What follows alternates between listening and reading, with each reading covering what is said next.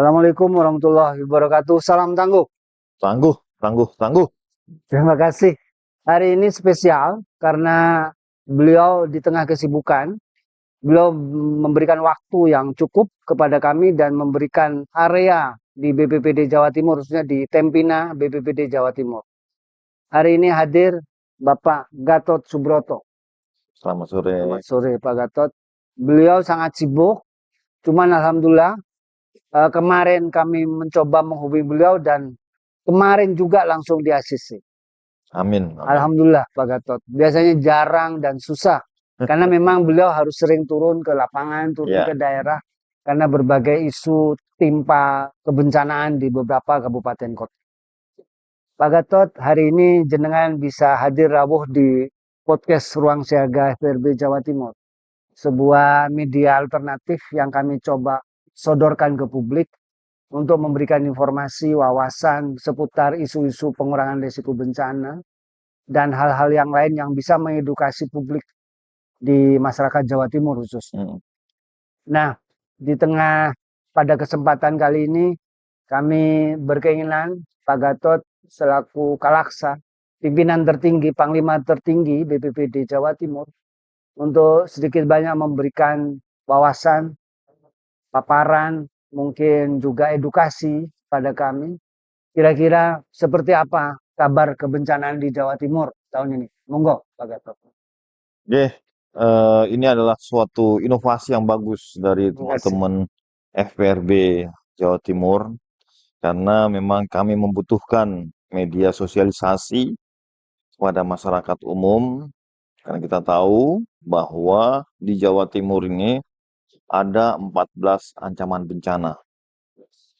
Dan 14 ancaman bencana tersebut diantaranya ada gunung api yang bisa meletus sewaktu-waktu, lalu longsor, ada banjir, lalu juga ada potensi tsunami, bahkan ada potensi likuifaksi. Itu beberapa potensi ancaman bencana yang bisa terjadi di Jawa Timur.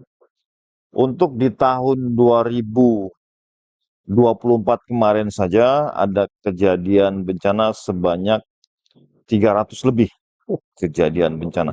Artinya dengan potensi yang besar tersebut perlu adanya edukasi yang masif agar masyarakat itu paham akan potensi ancaman bencana, bagaimana cara mengatasi ataupun melindungi diri terhadap potensi ancaman bencana tersebut, lalu juga bagaimana cara menghindari ataupun mengurangi ancaman bencana dengan melakukan mitigasi, baik secara mitigasi fisik maupun non-fisik, juga penanganan tanggap daruratnya seperti apa, bahkan hingga ke pasca bencana harus dibuat seperti apa. Dengan dilakukan podcast ini, merupakan upaya kita untuk mengurangi dampak dari resiko bencana tersebut. Juga meringankan beban dari BPBD karena memang kita tahu ancaman bencana penyelesaiannya tidak hanya bisa dilakukan BPBD saja atau pemerintah saja, tetapi melibatkan semua pihak, baik itu akademisi, media, lalu juga ada peran dunia usaha, juga dari teman-teman pemerintah yang lain, artinya kolaborasi. Dari potensi ancaman bencana tersebut, kita tahu di Jawa Timur paling sering muncul kita dengar informasi terkait dengan bencana banjir, lalu ada angin puting beliung. Ini yang paling sering kita dengar. Terakhir, kita juga melihat potensi ancaman tanah longsor juga meningkat. Nah, ini keikutsertaan masyarakat dalam penanggulangannya sangat penting. Demikian. Nah, hari ini kalau jenengan matur tadi pentahelik sering disampaikan oleh Pak Gatot. Betul. Seberapa militansinya peran-peran pentahelik dunia usaha, media menurut Pak Gatot ini sebagus apa Jawa Timur nih Pak Gatot? Terima kasih. Terkait dengan peran dari pentahelix yang paling sangat nampak memang selama ini pada saat terjadi bencana, pada saat ditanggap darurat itu semua pihak ikut berperan, baik dunia usahanya jalan, lalu juga teman-teman relawan jalan dari sisi masyarakatnya, juga dari teman-teman OPD juga itu ikut hadir. Dan masyarakat Jawa Timur ini rasa kemanusiaannya tinggi, sehingga pada saat terjadi bencana ingin segera menyumbangkan baik itu barang yang bisa dimanfaatkan oleh korban bencana maupun tenaga yang bisa dia sumbangkan untuk penanganan bencana. Tetapi perlu diperhatikan bahwa kita harus berkomunikasi dan berkoordinasi dengan pemangku penanganan bencana di saat terjadi bencana. Karena kita tidak berharap dengan adanya keinginan masyarakat yang tinggi untuk menolong, akhirnya justru berbahaya untuk jiwa yang ingin menolong tersebut. Karena di lokasi tersebut sangat banyak yang datang, padahal lokasi yang terdampak itu kecil. Karena semangatnya tinggi sampai melebihi area yang terdampak bencana. Juga dengan jenis bantuan. Terkadang semua ingin membantu, contohnya baju bekas. Baju bekas. Semua ingin memberikan baju bekas, ternyata yang dibutuhkan tidak sebanyak yang disumbangkan. Akhirnya jadi menggunung baju bekas tersebut. Ini perlu ada komunikasi, jangan sampai keinginan kita membantu menjadi mubazir karena tidak tepat sasarannya. Selain itu juga di saat bencana terjadi, terkadang teman-teman yang hadir di situ tidak memperhatikan keselamatan dirinya masing-masing. Contoh, pada saat tanah longsor, mungkin karena ketidaktahuan mereka, mereka berpijak pada area yang sebenarnya tidak boleh dilalui. Sehingga punya potensi dia akan longsor susulan. Juga pada saat kejadian gunung meletus. Nah, di situ kadang dia hadir, tetapi berdirinya di area yang dilarang. Mungkin karena di bawahnya itu ada lumpur ataupun abu panas, karena tidak tahu dia berdiri di tempat itu, bisa-bisa dia kecemplung ataupun malah kebakar kakinya kena abu panas tersebut. Ini beberapa ilmu yang harus diketahui teman-teman ataupun masyarakat yang ingin membantu. Jadi kita harus tahu karakter bencananya yang terjadi itu bencana apa, lalu ilmu yang dibutuhkan di situ apa, serta spesifikasi keilmuan yang keahlian yang dibutuhkan, tolong ditanyakan pada pengelola ataupun pemangku yang bertanggung jawab pada saat penanganan bencana tersebut, biar tidak keliru dalam hal penanganannya. Oke, kita dengar Pak, tahun ini Jawa Timur akan menjadi tuan rumah bulan PRB nasional. Kira-kira apa yang akan ditampilkan atau apa yang menjadi pembeda mungkin dari khususnya BPBD Jawa Timur selaku tuan rumah tentunya. Itu apa yang akan kira-kira akan di show of force-kan ke nasional kira-kira. Alhamdulillah tahun ini memang kami diberikan kepercayaan untuk mengadakan bulan PRB di Jawa Timur. Insya Allah kami sudah melapor ke Ibu Gubernur juga bahwasannya tahun ini Jawa Timur dijadikan lokasi bulan PRB dan kami juga mengusulkan tempat tersebut ada di wilayah Kabupaten Mojokerto. Untuk detailnya nanti kami sedang dalam pengurusan dan komunikasi dengan BNPB seperti apa pelaksanaannya. Tetapi kami mengambil konsep bahwa kenapa ditunjuk Mojokerto? Kita tahu bahwa Majapahit ada di Mojokerto. Dan tema ataupun rencana pembangunan ke depan seperti yang Ibu Gubernur selalu sampaikan bahwa Jawa Timur adalah gerbang baru Nusantara. Ini sudah sejalan dengan tema pembangunan yang ada, sehingga kita bisa kolaborasikan bulan PRB itu bagaimana kita menjaga Jawa Timur agar resiko bencananya semakin minim. Kita juga akan menunjukkan pada khalayak umum bagaimana kolaborasi yang ada di Jawa Timur dalam hal edukasi bencananya, penanganan bencananya, pasca bencananya seperti apa. Karena memang Ibu Gubernur selalu menyampaikan bahwa apabila terjadi bencana, semua pihak dilibatkan. segera tangani dan berikan pertolongan pada korban bencana tersebut secepat mungkin.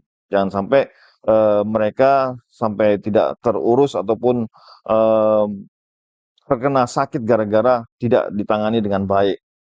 Nah, dari itu kita ingin melihatkan kepada masyarakat di luar sana bahwa kolaborasi yang dibangun di Jawa Timur sudah sangat baik dan dukungan pemerintah baik itu provinsi, kabupaten, serta dukungan akademisinya, serta dukungan dari relawannya pastinya ini sangat kolaboratif dan sangat eh, bisa diunggulkan dibandingkan dengan provinsi lain ataupun daerah lain yang ada di Indonesia. Oke. Kami di sini tempat podcast diberikan keleluasaan oleh Pak Kalaksa menempati area Tempina. Ini sejarahnya gimana Pak? Kok sampai muncul BPBD Jawa Timur membangun tempat edukasi tentang seputar siap siaga kebencanaan ini Pak? Areal ini ceritanya gimana dulu Pak? Sejarahnya Pak? Oke, kenapa dibuat Tenpina? Tenpina ini merupakan salah satu inovasi layanan publik dari BPBD Jatim dan dibangun di tahun 2020. Kenapa dulu kita punya ide? Karena kita lihat sosialisasi kebencanaan yang selama ini kita lakukan, baik itu ke sekolah-sekolah ataupun ke warga masyarakat, itu memang sudah bagus. Tetapi akan lebih menarik lagi kalau anak-anak ataupun masyarakat itu diberikan bentuk, ini loh bentuknya gunung, ini loh bentuknya dampak dari bencana, sehingga mereka ingin tahunya lebih tinggi. Lalu juga mereka akan lebih nyaman dan lebih bisa membayangkan sesuatu, oh kejadian bencana kayak begini, karena bisa lihat betapa botol itu bisa hancur ataupun leleh, lalu sepeda itu bisa hancur ataupun rusak gara-gara ada longsor. Mereka bisa melihat itu. Kalau diceritakan sambil dibayang-bayang saja di awang-awang, itu kita tidak bisa memastikan bahwa apa yang kita ajarkan kepada mereka itu bisa diterima dengan baik. Tetapi kalau mereka melihat sendiri barangnya, dampak dari bencana seperti apa, gambaran sejarah bencana seperti apa, mereka akan lebih masuk dalam pemikiran mereka, dalam upaya untuk mencegah bagaimana saya melindungi diri saya kalau terjadi bencana dan bagaimana saya menjaga agar lingkungan saya terbebas dari bencana tersebut. Misal mungkin, oh di sini ada gambar dampak dari banjir seperti apa, sehingga mereka akan menjaga agar tidak membuang sampah sembarangan, menjaga dengan baik kondisi sungai yang ada. Oh kalau longsor ini kejadiannya seperti ini, berarti saya harus menjaga agar pohon-pohon yang tinggi, yang besar itu tetap terjaga dengan baik, tidak boleh saya tebang. Itu seperti itu. Sehingga dari gambaran yang mereka lihat secara langsung, secara visual di lapangan, karena di sini kita tampilkan barang-barang tersebut seperti halnya ada TV, ada sepeda, ada perangkat kakas dapur yang terdampak dari bencana tersebut. Jadi ini ramai setiap harinya Pak Gatot. Alhamdulillah bisa tembus dalam setahun itu sampai 2.000 dan 3.000 orang kunjungan ke sini, baik warga masyarakat secara umum ataupun dari sekolah-sekolah ataupun lembaga. Dan di sini selain dari masyarakat kita, artinya orang Jawa Timur sendiri, ada pembelajaran dari kunjungan dewan, dari kabupaten kota bahkan provinsi lain, Oh. lalu juga kunjungan dari perwakilan negara lain yang sudah pernah ke sini, ada Australia, Jepang, Malaysia yang sudah ke sini Dan dan komentarnya melihat. gimana itu Pak Gatot? Ketika Mereka orang luar. memberikan komentar bahwa ide ataupun pembelajaran pencegahan di BPBD yang lakukan sudah masuk dan bagus gitu. Oh, Dan ada beberapa daerah yang ingin meniru provinsi lain. provinsi lain. Provinsi lain. Dan kayaknya mungkin satu-satunya di Indonesia ini, Pak Gatot. Alhamdulillah sampai sekarang masih satu-satunya di Nah, Jawa Timur yang membuat konsep tenda pendidikan bencana. Karena memang ada seperti di Jakarta itu memang ada, tapi pakai gedung. Kalau di sini kami memang menghadirkan konsep tenda karena biar warga ataupun adik-adik masuk ke sini itu sudah melihat, oh begini loh tenda bencana itu seperti ini. Kondisinya itu tanahnya tidak ada lantainya, Karena memang saya bikin tidak berlantai, tidak berkeramik. Karena biar merasakan kalau ada hujan, ada rebesan air.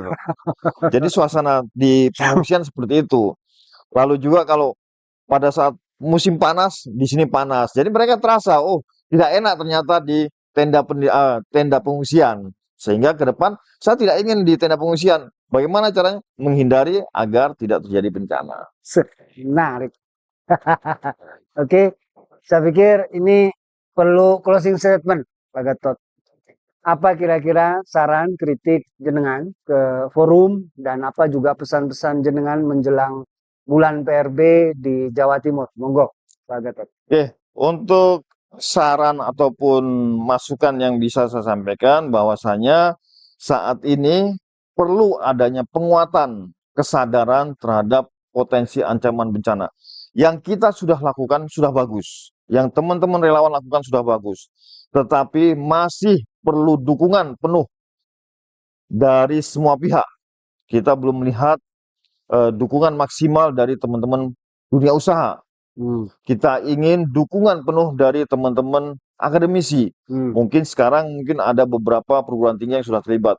Tetapi ke depan kami juga ingin lebih banyak lagi perguruan tinggi yang melakukan edukasi kebencanaan, memberikan sosialisasi pada warga. Kalau mereka melakukan kuliah kerja nyata di lapangan, bisa memberikan edukasi terkait dengan ancaman bencana. Katakanlah di wilayah yang dituju potensinya longsor, maka dia akan mengajarkan bagaimana penanganan longsor. Terus juga melakukan penanaman pohon di area-area yang dianggap rawan akan potensi longsor ataupun banjir bandang. Sehingga kedepannya pengertian ataupun pemahaman masyarakat akan potensi ancaman bencana bisa semakin tinggi dan resiko dari bencana yang tersebut terjadi bisa meminimalisir sehingga tidak ada yang namanya warga meninggal karena kelongsoran, warga membangun rumah di tempat yang rawan bencana. Kalau sudah diberikan pemahaman, mereka kedepannya kita harapkan bisa menjaga dirinya dari potensi ancaman bencana yang ada. Cukup, Pak Gatot? Cukup. Terima kasih waktunya Pak Gatot. Terima kasih seluruh relawan yang sudah menyimak podcast Ruang Siaga FRB Jawa Timur. Banyak hal yang sudah disampaikan Pak Gatot, banyak hal yang positif yang sudah diberikan BPBD Jawa Timur dalam hal mengedukasi publik sehingga lebih siap, lebih siaga menghadapi kebencanaan di Jawa Timur. Semua ini dilakukan dalam rangka mengurangi beban-beban korban yang akan terjadi apabila bencana ada di sekitar kita. Hanya kolaborasi sinergi yang cukup kuat dan cukup solid, maka risiko-risiko atau dampak dari kebencanaan ini bisa kita kurangi bersama-sama. Terima kasih semuanya. Assalamualaikum warahmatullahi wabarakatuh. Salam tangguh. Tangguh, tangguh, tangguh.